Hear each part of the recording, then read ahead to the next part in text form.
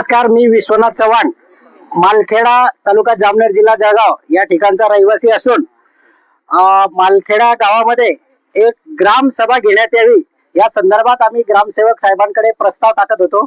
आमच्या गावाला मागील 4 वर्षामध्ये एकही ग्रामसभा या ठिकाणी झालेली नाही आणि ग्रामसेवक सुद्धा या ठिकाणी कधीच उपलब्ध नाहीये।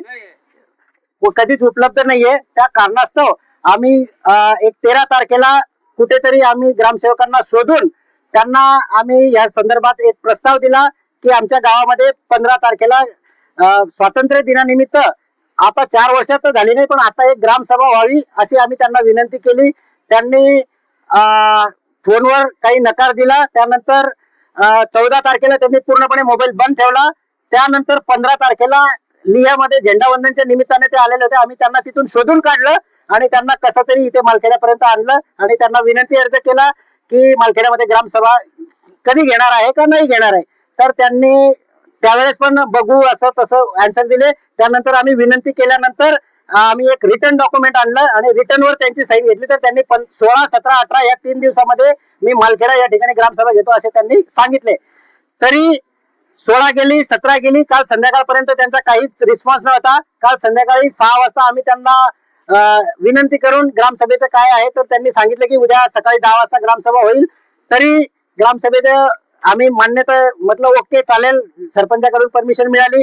रात्री 8 वाजता एका ग्रामपंचायतच्या एका कर्मचाऱ्याचा मेसेज येतो ग्रुपवर, व्हॉट्सअपच्या ग्रुपवर की या ठिकाणी एका ग्रामसेवकाचं निधन झाल्यामुळे या ठिकाणची ग्रामसभा रद्द करण्यात आलेली आहे।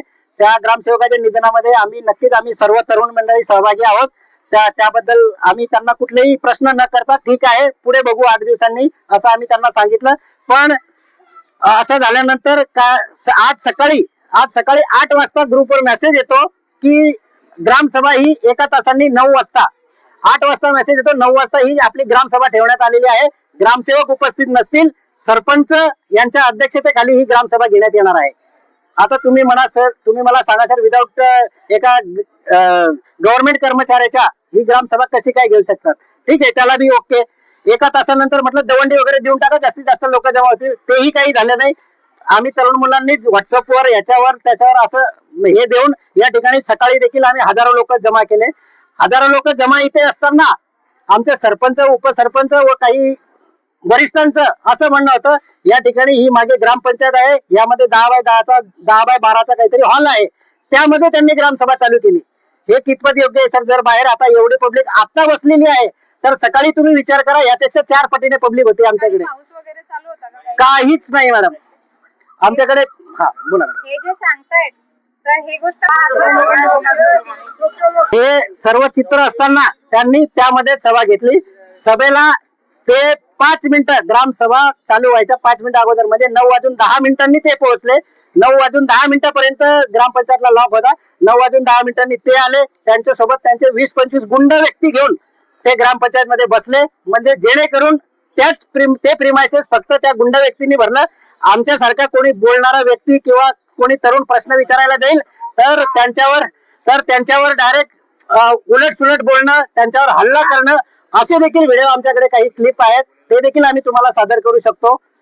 अशा प्रमाणे कशी तरी त्यांनी ग्रामसभा, तर आम्ही त्यांना विनंती करून बाहेर आणण्याचा प्रयत्न केला की बाहेर ग्रामसभा घ्या। बाहेर ग्रामसभा म्हणताच आम्हाला सांगितलं चला बाहेर घेऊ। आम्ही बाहेर येतात, सरपंच, उपसरपंच सगळे या ठिकाणाहून फरार। सरपंच स्वतः महिला सरपंच आहेत आमच्याकडे। सकाळचे जे व्हिडिओ क्लिप त्यांनी प्रस्ताव सादर केला आहे, त्यांनी ग्रामसभा झाली असा जो लेटर दिलेला आहे, तर त्यामध्ये सरपंच तरी या ठिकाणी उपस्थित होते का हे तुम्ही त्या ठिकाणी बघू शकता। महिला सरपंच असून तिथे एकही महिला त्या ग्रामसभेला उपस्थित नव्हती आणि त्यांनी ग्रामसभा झाली, घरी जाऊन साईन करून त्यांच्याप्रमाणे जसं 5 वर्षापासून चालत आलेला आहे तसं साईन करून तो प्रस्ताव वरती सभा जमा झालेला आहे। आणि आम्ही या ठिकाणी सर आज असं झाल्यामुळे आम्हाला कुठली ग्रामसभा होणार नाही झाली असं सांगून ते इथून चालले गेले। त्यानंतर आम्ही BDO साहेब असतील यांना एक अर्ज दिलेला आहे, त्यासोबतच आम्ही तहसीलदार साहेब यांना अर्ज दिलेला आहे, त्यासोबतच आम्ही पुढे ग्रामसभा व्हायलाच पाहिजे हा आमचा हक्क आहे आणि तो घ्यावाच लागेल। यासाठी आम्ही तुम्हाला सर्वांना देखील विनंती करतो। पूर्ण तुम्ही ग्रामस्थांना विचारा.